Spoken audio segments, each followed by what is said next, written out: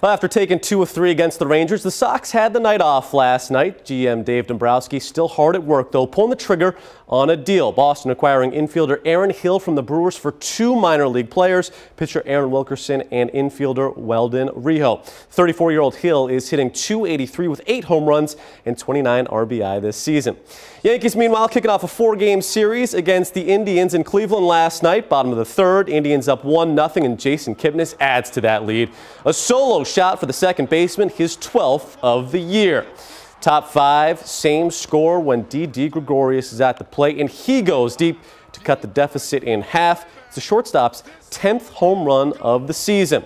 Jump to the 9th, Yankees in a jam, up 1, 2 on, 2 out. A shot from Tyler Naquin to Mark Teixeira at first. Starlin Castro winds up with it, fires it to Aroldis Chapman at first. Initially, looks like Naquin is safe and Chapman is off the bag, but they review it, determine he was out, and the Yankees hold on to win it 5-4. And finally, the Celtics picked up a 1-point win over the Spurs last night. Former Friar Ben Bentil finishing with 8 points and 4 rebounds. I'm Tim McCone, and that's Sunrise Sports. Well, the Achilles heel for the Red Sox all season long has been their pitching. Those 21 runs last night, evidence of that. Sox looking for better results, sending Sean O'Sullivan to the mound this afternoon. His first start for Boston since back in May. Xander Bogaerts and the Red Sox hoping to take the rubber game in this 3-game series. We pick it up in the bottom of the 5th. Still scoreless with 2 on for David Ortiz, and he hits a shot. 1 hops up and into the stands for the ground rule double. Dustin Pedroia comes around to score. 1-0 Sox. Very next batter, Hanley Ramirez. Lines one into right. He cruises into second with the double. Xander Bogaerts, David Ortiz come around to score. 3-0 Red Sox. Sox still not done in the 5th. After an RBI single from Jackie Bradley Jr., the catcher Sandy Leon with the drive off the monster. 2 more runs come around to score. Sox would tack on 1 more run in the inning as well, making it 7-0. Top 6, Angels looking to get back in this thing already with 2 runs in the inning when Albert Pujols goes the opposite way, just gets over Mookie Betts and falls in. 1 run comes in to pull the Angels within 4. Top 7 now, Yuniel Escobar at the plate, laces it down the line for the double. 2 runs score, and suddenly Red Sox fans very nervous. But in the bottom of the inning, Dustin Pedroia allowing Red Sox Nation to exhale a bit. He drives in 2 runs for some insurance. Boston goes on to win this one 10-5. Your final, they take 2 of 3 from the Angels. Yankees, meanwhile, out west taking on the Padres late last night. Runs were at a premium in this one. Top of the 6th, still scoreless when Starlin Castro hits the grounder to second.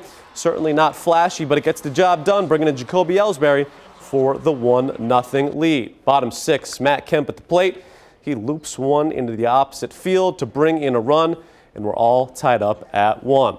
Stays tied until the bottom of the 9th. Melvin Upton Jr. at the plate, and you think he knew that was gone right away? I think so. Walk-off home run as the Padres win it 2-1. Well, local Elizabeth Beisel taking part in the 200-meter backstroke final at the U.S. Swim Trials in Nebraska last night. Beisel finishing 7th out of 8. Unfortunately, not good enough to qualify for the Olympics in that event. Beisel dealing with a broken finger right now, which she suffered earlier this week, bumping into another swimmer in the warm-up pool. Beisel still headed to Rio to compete in the 400 individual medley, and she says she can't wait. Oh, I'm so excited. You know, that swim is over with. I can't change it, but my finger hurts pretty bad and sort of in the back of my head, and it got in the way of my race. I shouldn't have let it, but it did. But I'm confident we're sending the 2 best 200 backstrokers to Rio, and that's all we can ask for on Team USA. Well, Danny Ainge supplied the fireworks yesterday for Celtics fans over this 4th of July weekend, reaching agreement with free agent big man Al Horford on a max 4-year, $113 million deal. Now Celtics fans are hoping Ainge can supply the grand finale. Free agent Kevin Durant meeting with the Miami Heat earlier this morning and is scheduled to sit down with the Oklahoma City Thunder one more time before making his decision. He's expected to announce his selection by tomorrow, and it could come as early as today. Boston Celtics, one of 6 teams in the running for Durant's services. They met with the former MVP last night, even bringing along Tom Brady to help pitch Durant on coming to Boston.